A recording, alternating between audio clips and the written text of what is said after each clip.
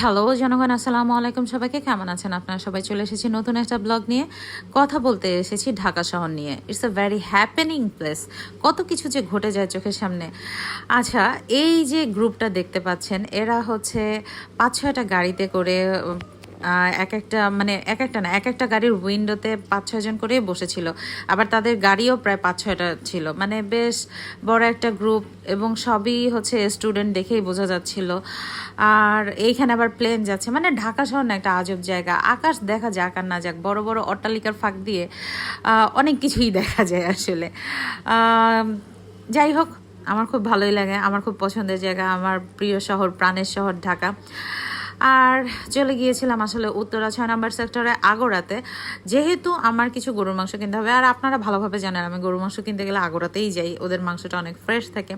বাসায় গেস্ট আসবে, তাই কুরবানির আগ দিয়া আসলে আগোড়াতে যাওয়া গরুর মাংস কেনার জন্য।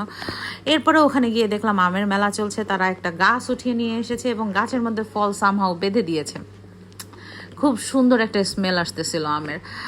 যাই হোক, এরপরে চলে এসেছি মহাখালী এসকেএস টাওয়ারে, ভাগ্নির সাথে লাঞ্চ করলাম এখানে বসে, বেশ ভালোই খাওয়া দাওয়া হলো।